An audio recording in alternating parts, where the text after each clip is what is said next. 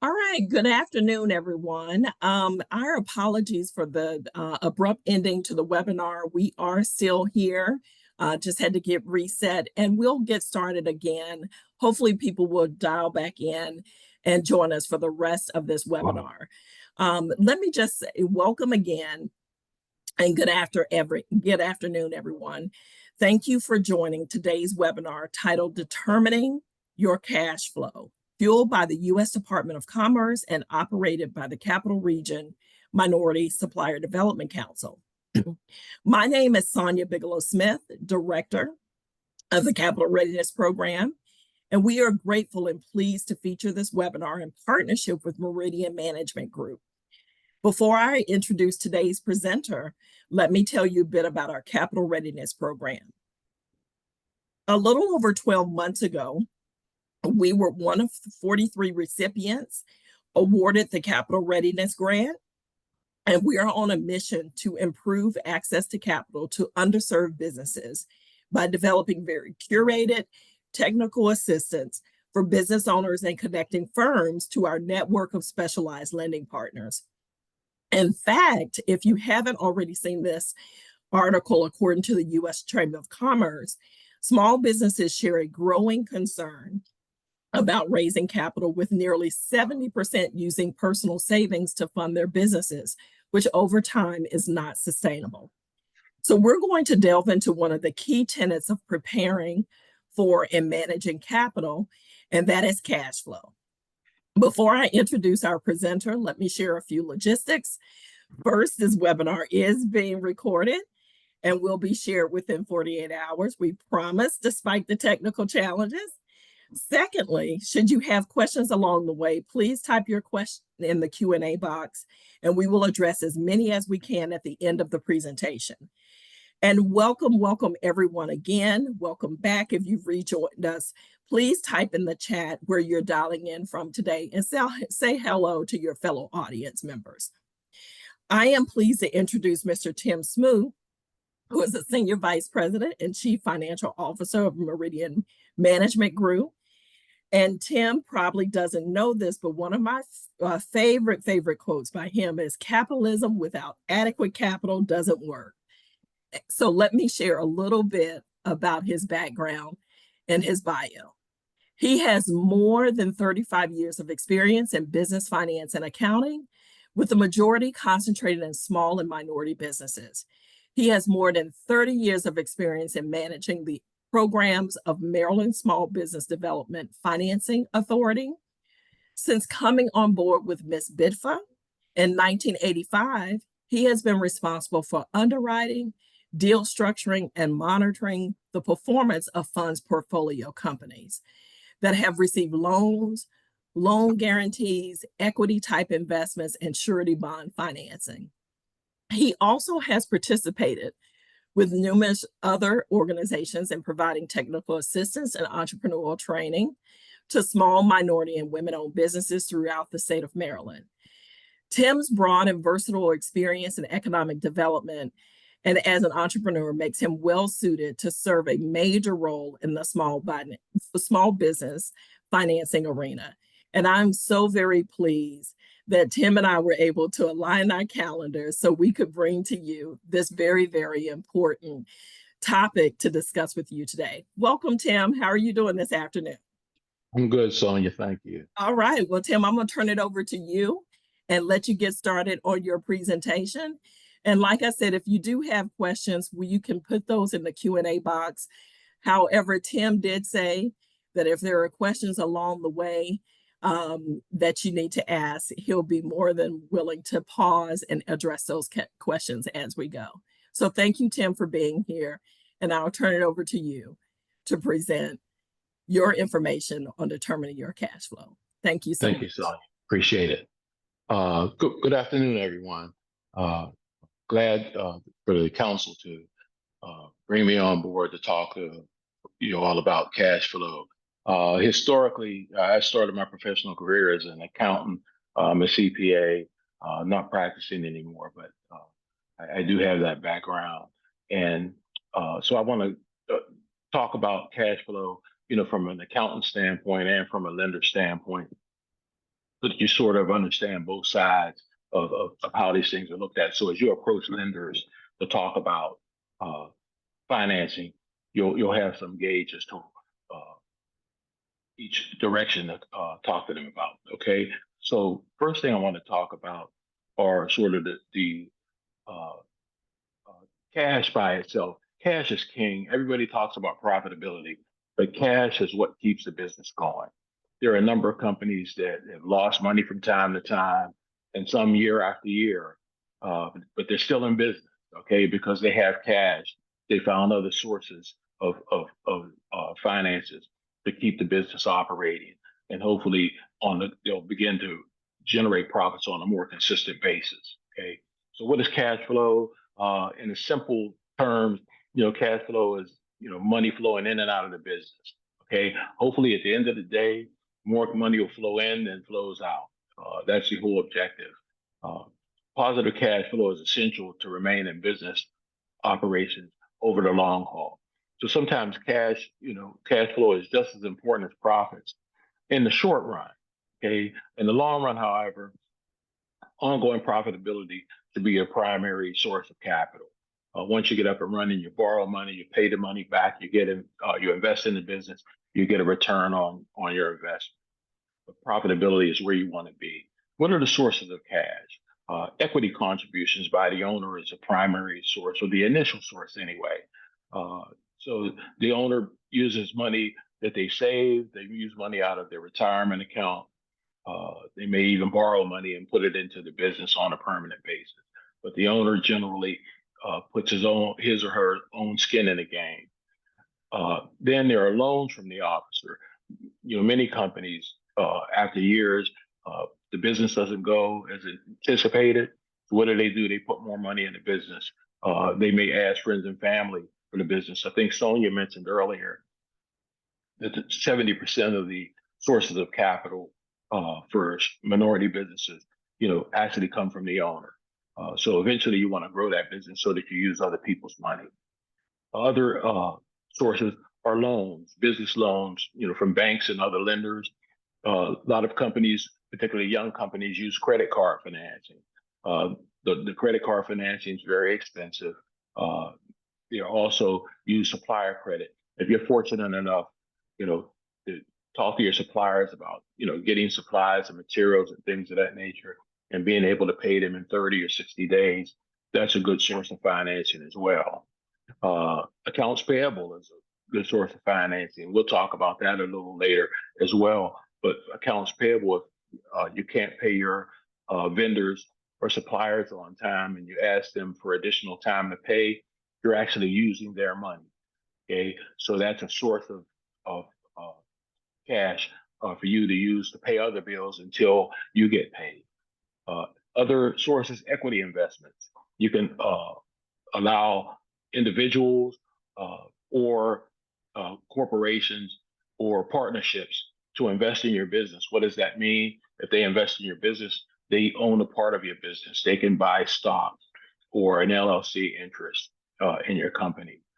And at the end of the day, you'll sell your company or refinance it, and they'll get their money back plus a return on their investment. And again, the most important and the most sustainable way of generating cash flow is being profitable and generating enough revenue to cover your expenses and have a substantial amount left over, so everyone goes to the bank. Uses of cash, mostly operating expenses, direct costs. If you're in the process of selling or in the business of selling products, then you have raw materials, you have supplies, you have wages for those people who actually create the product, and then you have delivery costs for those products. You have indirect costs, which may be wages for, just for the sake of discussion, salespersons, or if you have a separate facility to manufacture your products or store your products, the utilities and rent from those locations and from those expenses are considered indirect costs.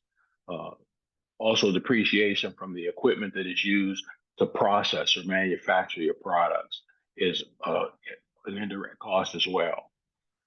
Overhead costs.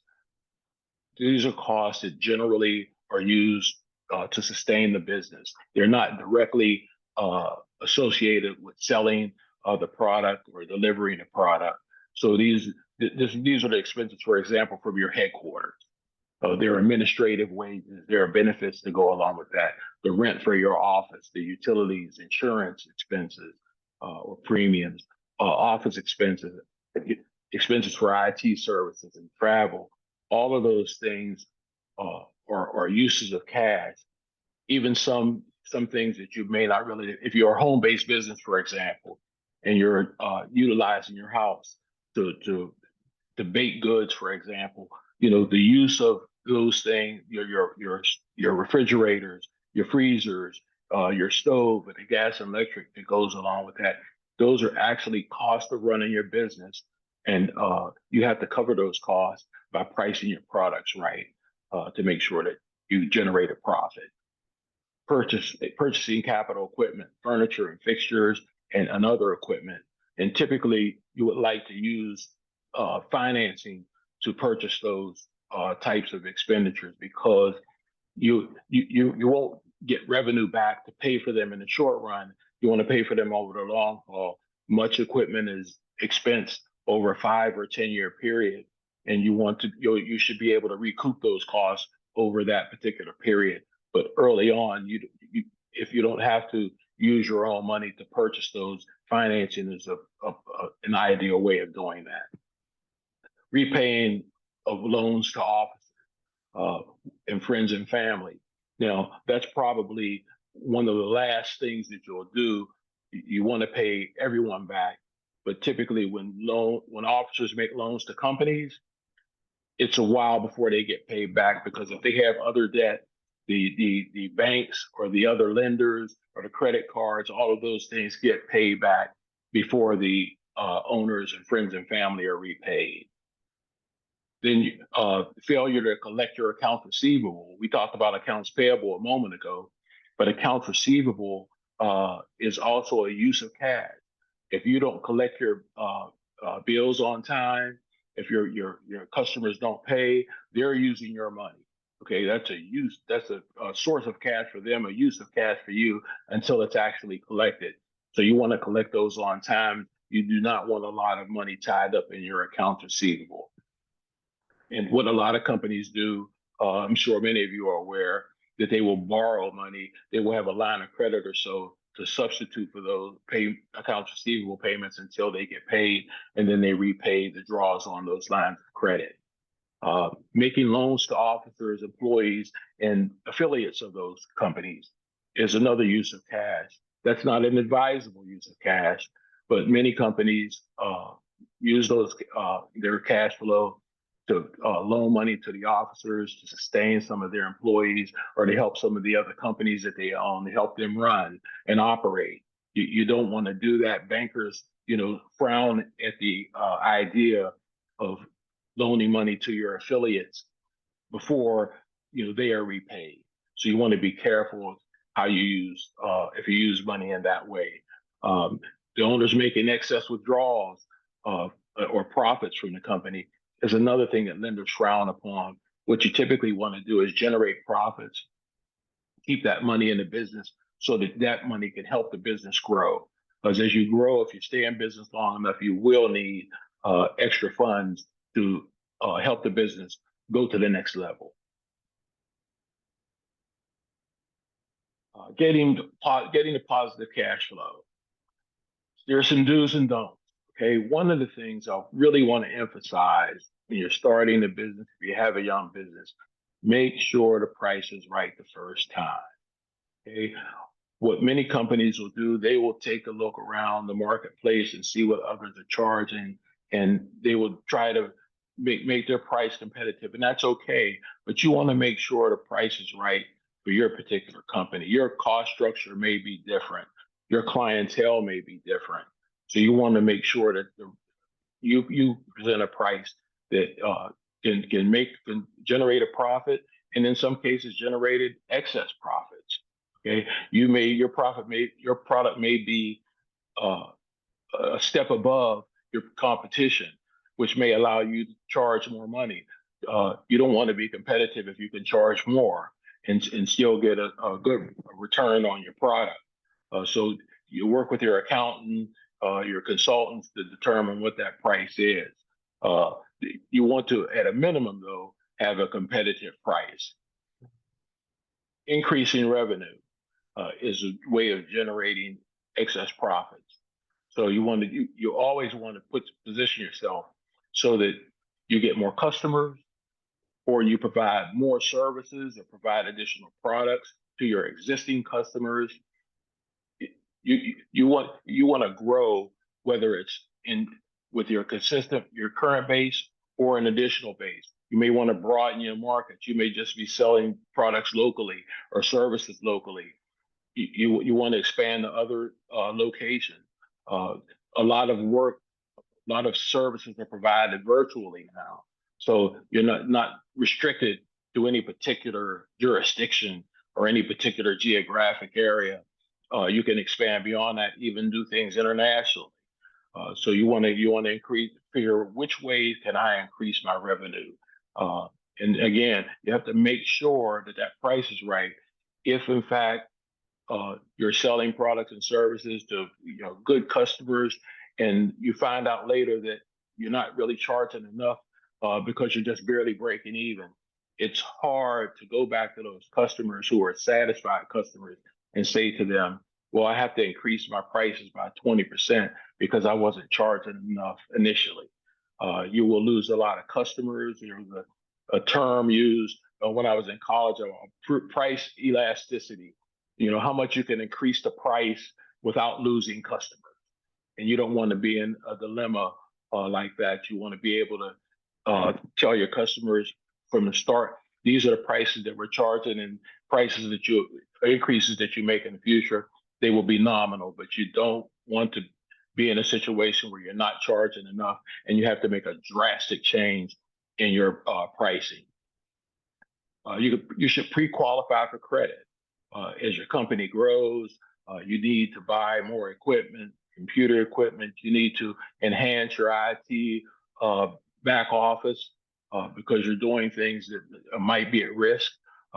You want to be able to pre-qualify for credit. So if something happens, you can go to your banker, to your lender, or use a credit card to close the gap and make sure that you have enough cash to keep your operation going. What are some of the don'ts to go with this? Reducing your price to get the foot in the door. You be careful trying to, and particularly in starting your business, you don't have to reduce your price to a point where you're losing money. Again, you don't want to shock your customers by getting in a situation where you have obligations to deliver products and services, and you can't do that because you didn't charge enough. This happens a lot, in the construction industry, where everyone's trying to underbid their competition. But on the real side, you have to deliver a product or service at a specific price, and if you can't do that, you'll lose customers, and in some cases, you even go out of business. So you don't want to compromise your price in order to generate customers, because at some point you're going to have to charge them a correct price, and again, you'll be in a situation where you probably will lose customers. Don't borrow more than the company needs if you have to borrow money, okay? Because remember, you have to pay that money back. So you want to borrow as much as you need, and that requires you sitting down with your financial team, which may include your external accountant or financial advisors, or just consultants, to make sure that you get a number that's just appropriate for you to accomplish what you're trying to accomplish. Okay, because if you borrow too much money, you have to pay that money back, and it makes no sense to borrow money and to repay that money with the money that you borrowed. Okay, so you don't want to do that, and you don't want to get in a situation where what we lenders call being highly leveraged. That means that you have so much debt and not enough revenue or assets to cover that debt. You don't want to be in a situation like that. That's a red flag for a lender that the company is not being managed properly. So you want to be careful. Uh, don't take on high interest rate loans if you can't afford them. Okay. I can't tell you how many companies have come to us to ask us to refinance high interest rate debt because uh, the companies are withdrawing a thousand, 1,500, a month out of their account, and it's draining the cash flow of the business. So every loan is different. Make sure that you have a loan that you can afford, that the terms and conditions meet the needs of your particular company. Don't be afraid to request payment from your customers. A lot of people think if you pick up the phone that you'll aggravate your customer by asking them to send you a check or to ACH the money to your account. Uh, if you have good customers, they'll understand, that you're trying to stay in business as well. You have your employees to pay, you have your expenses to pay in order to stay in business and to continue to be a good vendor for that particular company. So you can do things diplomatically, but never get in a situation where you don't feel that the customer is comfortable enough with you calling and asking them to be paid. Now, projecting positive cash flow, okay?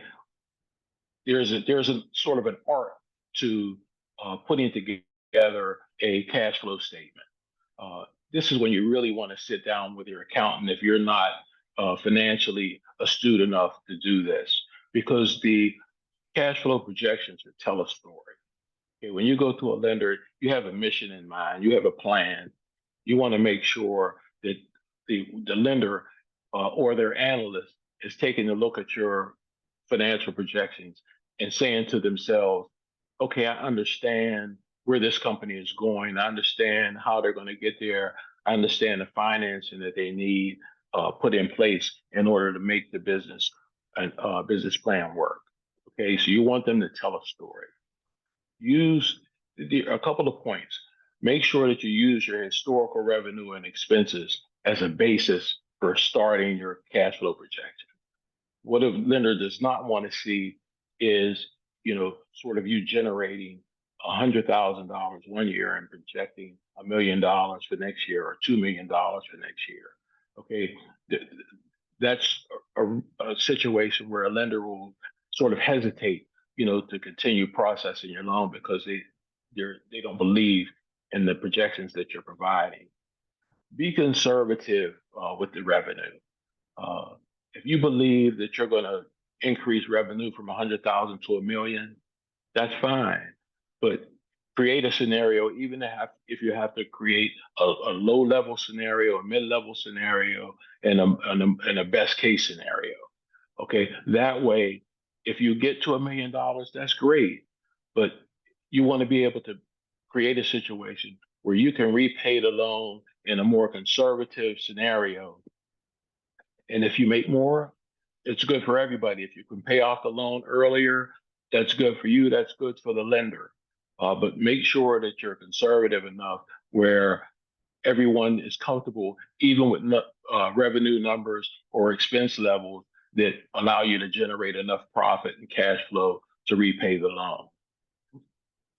Identify, customers and contracts in the cash flow so that there's a basis. Okay, so you see at the top of the slide to use practical assumptions.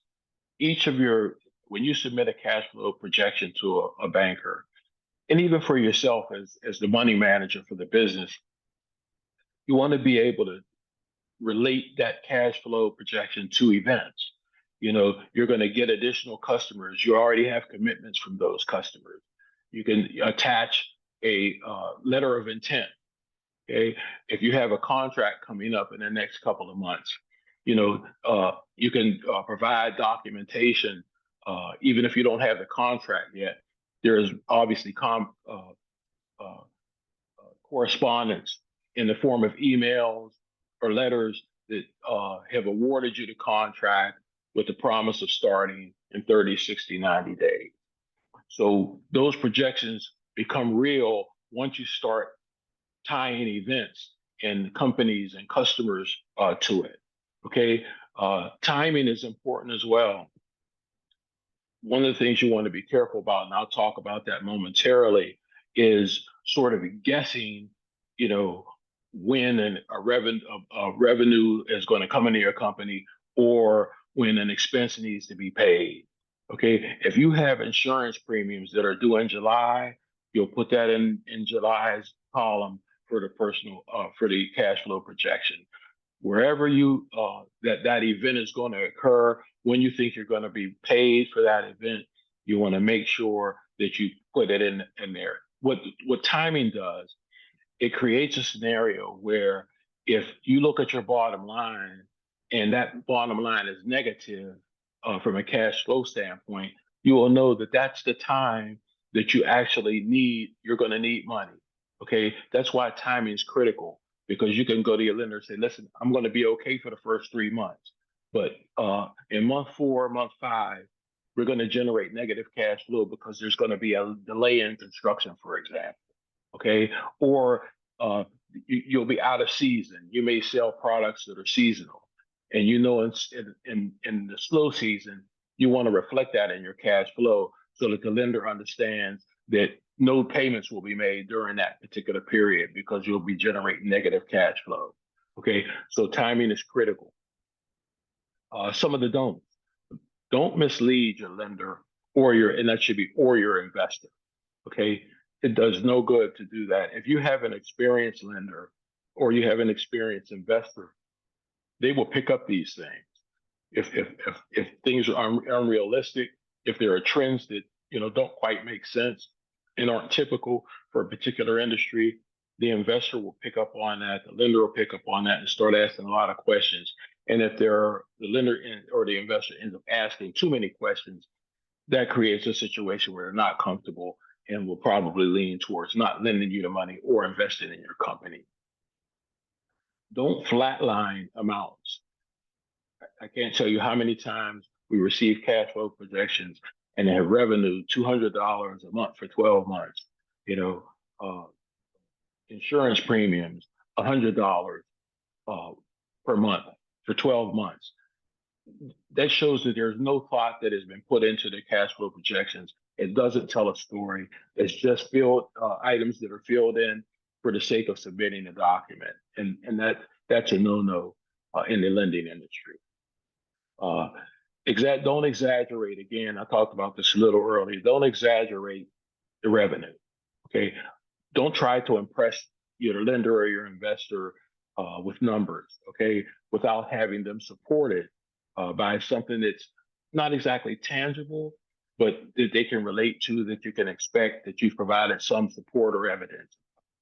You want to be really careful about that. And again, don't lowball your expenses. If your expenses last year were $75,000 and you're going to grow your business, don't show the expenses at $50,000.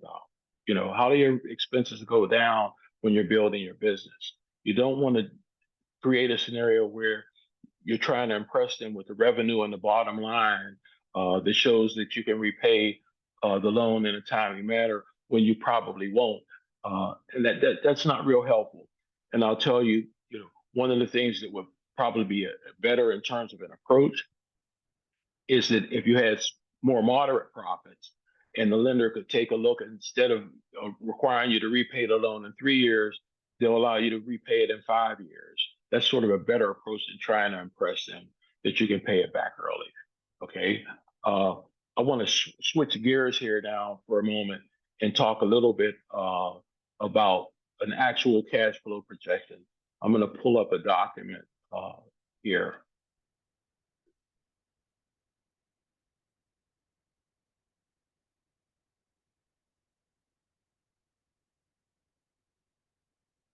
Here, wait 1 second.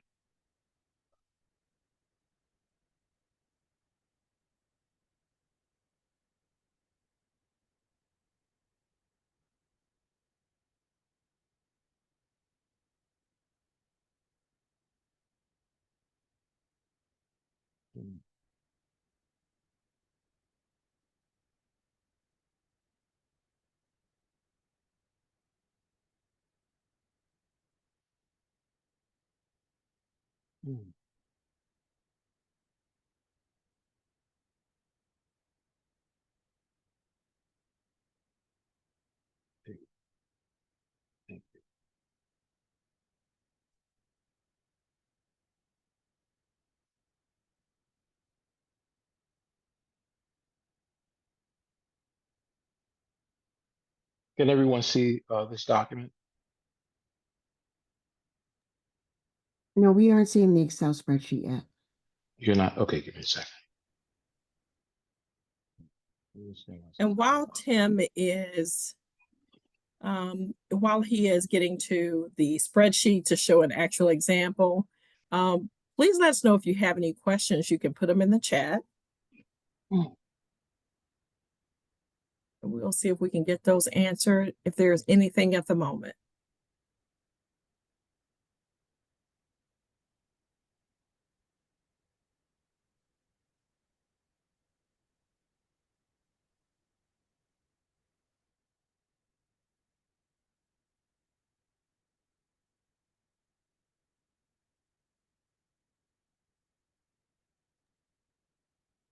Tim, I know you're multitasking. We did get one question, if you're okay to Sure, answer. I can answer while I'm doing it. While I'm working, all right. Both to ask, what's an ideal profit margin? Ideal profit margin varies, okay? One of the things you ought to do, and a lot of times you can just Google it, depending on what industry you're in, the profit margins vary. From construction to IT services to restaurant companies, it varies based on what business you're in. So there's no sort of canned answer for that because it just depends wildly on what industry you're in. All right, thank you, Tim. Forgive me, I have no clue what's going on.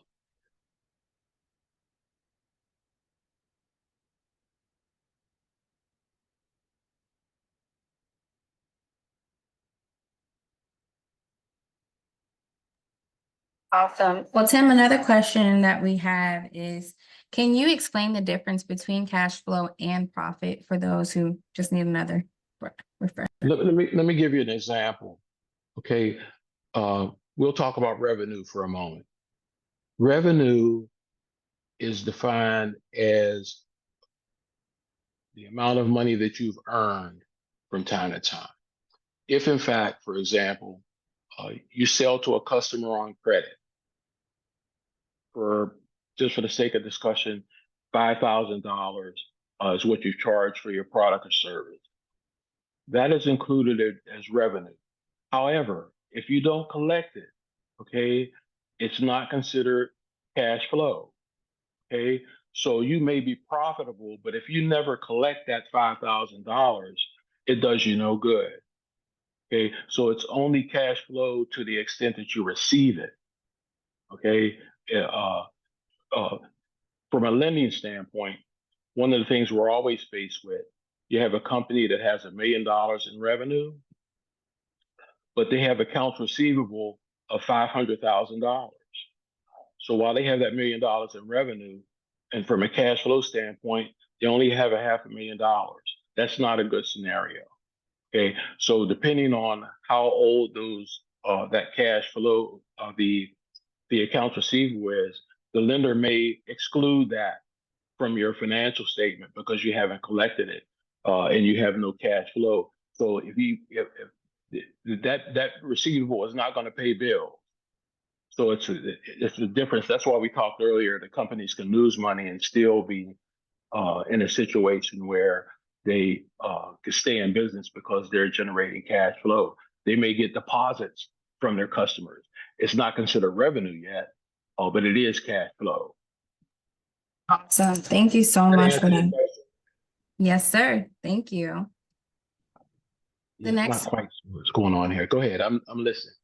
No worries. Do most lenders prefer cash basis or accrual basis books? Always accrual basis. Very few. Some lenders may accept a tax return, which by and large is on a cash basis, but there are a lot of accrual elements in it. So it gives you some picture as to where your customer is financially. But typically, lenders do not appreciate cash flow financial statements because there are just too many hidden elements. For example, accounts payable and accounts receivable are accrual basis financial methods. Without looking at a financial statement and determining, what the accounts receivable and accounts payable may be, there are just too many hidden elements behind that. So you want to be really, really careful about submitting cash basis financial statements. Understood. Thank you. For pricing in the services industry, what is a good target multiplier when it comes to pricing? Is it 2 times the actual, and is it more common to charge loaded rates or to charge separate fees? No, again, it varies from industry to industry. If you know, in the clothing industry, for example, you want to mark up your products 100%. That's not true for other industries. Okay, particularly for the service industry, you want to make sure that you want to cover all of your costs. That includes direct costs, overhead costs, and then you want to determine what's the desired profit. Mm-hmm. Okay? And once you determine what the desired profit is, then you provide that markup. And then that's the price you charge. That may vary from time to time, or from client to client, or from customer to customer. But at the end of the day, you get a price where you make sure that you covered all your costs and you're making profit, and that profit should put you in a situation where you can meet your target. If you have targeted that you want to make 20% profit on each transaction, then that's how you have to mark your product up accordingly. Awesome. And Tim, just to let you know, if you can't bring up the spreadsheet, I'm we can sending it right share it now. after. I'm sending it right now. Okay, Okay. perfect. I just sent it. Perfect. And then also, next question would be, how do you manage lowering taxable income at the end of the year and manage cash flow if Q1 is slow? Can you repeat that one more time? Yes, sir. How do you manage lowering taxable income at the end of the year and manage cash flow if Q1 is slow? Again, you should probably, that's a real sort of tax planning scenario, and you want to talk to your accountant, because for your particular business, I talk to my accountants right around this time, take a look at my profitability, and I project cash out for probably like a 6-month period. And one of the things we do, for example, if the profit is reasonably high, what I'll do is increase salaries to avoid some of the Social Security taxes that we may have to pay. Okay, or if there are expenses that that are going to come up, sort of the first of the year, and you can accelerate, some of those expenses, you may want to do that. If you were having an IT system installed, so you can bring your IT contractor in and actually have them do the work early on instead of waiting until next year, because you're going to spend it anyway. So you might as well put that expense on the books, and that will reduce your taxes. You may want to put more money into your retirement account. That will, again, lower your taxable income. So there are a number of things, but again, some of the questions that you're asking vary from industry to industry. So you want to have an accountant who is familiar with your particular industry, and they can give you pointers on how to reduce your tax at the end of the year. Sounds good. And in some cases, even during for 24, for example, there are things that you can do between January 1 and April 15th that will lower your taxes for 2024. Okay, when I mentioned earlier about putting money in your retirement account, your 401k, you can do that in the interim and reduce your taxes for 2024. But again, some of these things are particular. That's why all of the, Sonia and the crew, we all talk about, sitting down and getting you an attorney and getting you a CPA in order to map your plan out because they can give you advice on these matters as they pertain to your particular business and your particular financial situation. Thank you, Tim. Next question is, what would be a better way to explain flat line for expenses? Oh, flatline. Mhm. Did you all receive the cash flow projection yet? Did you send it to myself no. and Sonia? I sent it to Drew. I think Okay. I sent it to Reggie. Well, someone just sent me an email and I attached it and sent it. Thank you so much. But typically, you want to make sure that you're not just throwing numbers into the financial projection.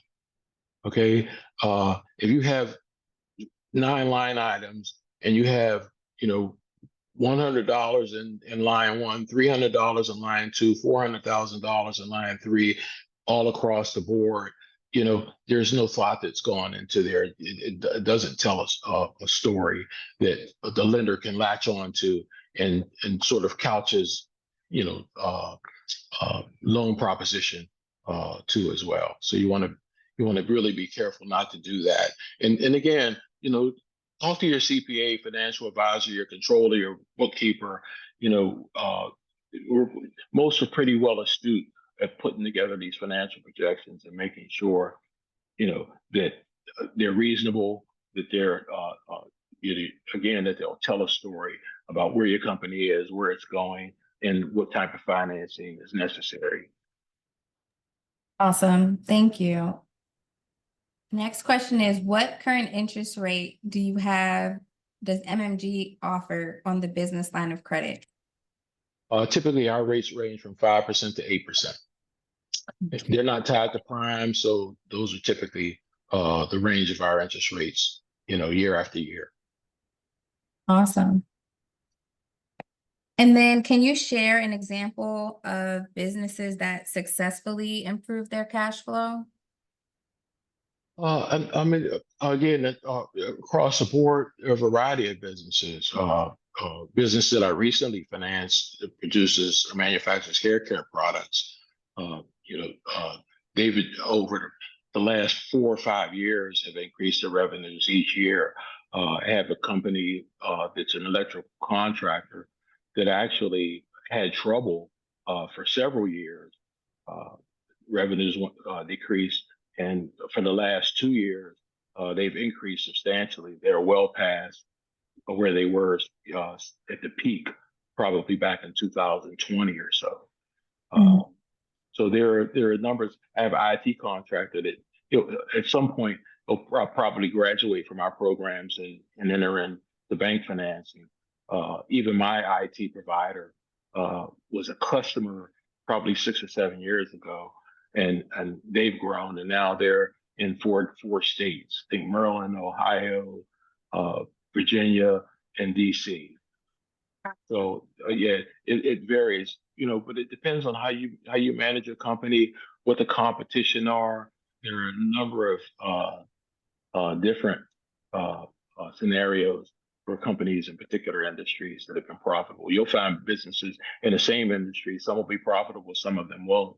But those who have good managers, good management teams, good accountants, good lawyers, et cetera, will always end up being in a situation where they're profitable, and the companies that are not as well run will not be profitable.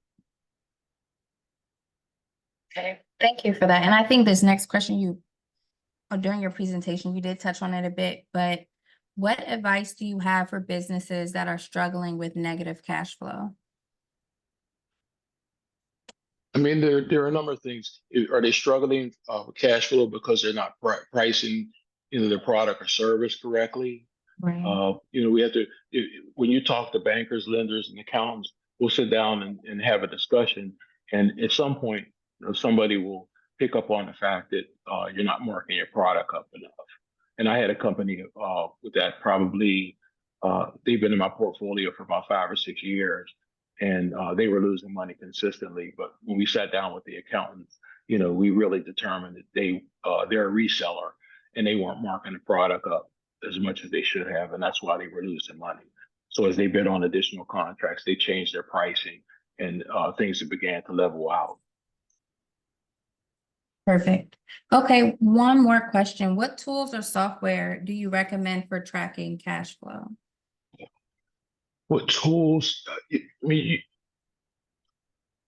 a lot of people, the Sage, which used to be Peachtree, and a number of the other, QuickBooks, they all have elements that can help you track your cash flow. They'll provide financial statements, and they'll provide cash flow statements as well, as telling you whether or not you're profitable, and on the other side, whether or not you have enough cash to run your business. So yeah, the model that I'm providing that Sonia can actually share with the audience is an Excel form, and if you learn how to operate it, and it's pretty simple, you can also track whether or not you're meeting your original projections by creating another scenario, one that's projected, one that's actual, and then you can track, and then determine what you might be doing wrong or what you can do better. Thank you so much, Tim. And with that being said, now we're going to transfer right on over to Sonia. All right, and thank you, Tim. And yes, we can certainly share the spreadsheet with the audience. But what I was going to say, Tim, is we just invite you back for a part 2, and then that way we can go through the spreadsheet. But thank you so much. I feel like all the information was very rich, and given I that apologize for the technical difficulties. things happen, and we can certainly manage through, but we'll make sure our attendees receive the recording, the deck, and also the spreadsheet. And we want to invite them to reach out to you, Tim. What is the best way, or your team, what is the best way to get in contact with you if they have questions about your lending products or anything that, and we'll put that in the chat as well. Okay, when you share the PowerPoint with them, Sonia, the last page will include all our contact information, physical addresses, telephone numbers, email addresses, are all included. Very good. And I just saw that Amanda dropped the website in the chat as well. Thank you, everyone. Thank you so much. I appreciate it. Yeah, thank you, Tim, so much. You went over so many topics: sources of cash, uses of cash, getting the positive cash flow. And I think I heard you loud and clear saying, don't use flatline amounts to do your projections. So I think that resonates with a lot of people, that as a reminder. Yeah, and so, but thank you so much for being here to bring this presentation to our guests. We would like to just acknowledge that if there is a need for any of Capital, or if you have interest in learning more about some of our lending partners similar to MMG, and he did mention that 5 to 8% rate that is not tied to prime, which is very competitive. Please reach out to us at the Capital Readiness Program Center. You can reach us at CRP@CRMSDC.org, and Amanda will put that in the chat. But we'd like to thank you all for hanging tight with us this afternoon as we brought this presentation. Our apologies for the technical difficulties at the very top of the webinar, but we will make sure that everyone gets a copy of the presentation and MMG's contact information. A very special thank you to Tim for just carving out time. He's out and about, very busy, and was able to give us some time today. So I certainly appreciate your level of expertise, Tim, and your support of our Capital Readiness Program, and also the Capital Region Minority Supplier Development Council. So good afternoon, everyone. Take care, and we'll see you on the next one. Bye-bye.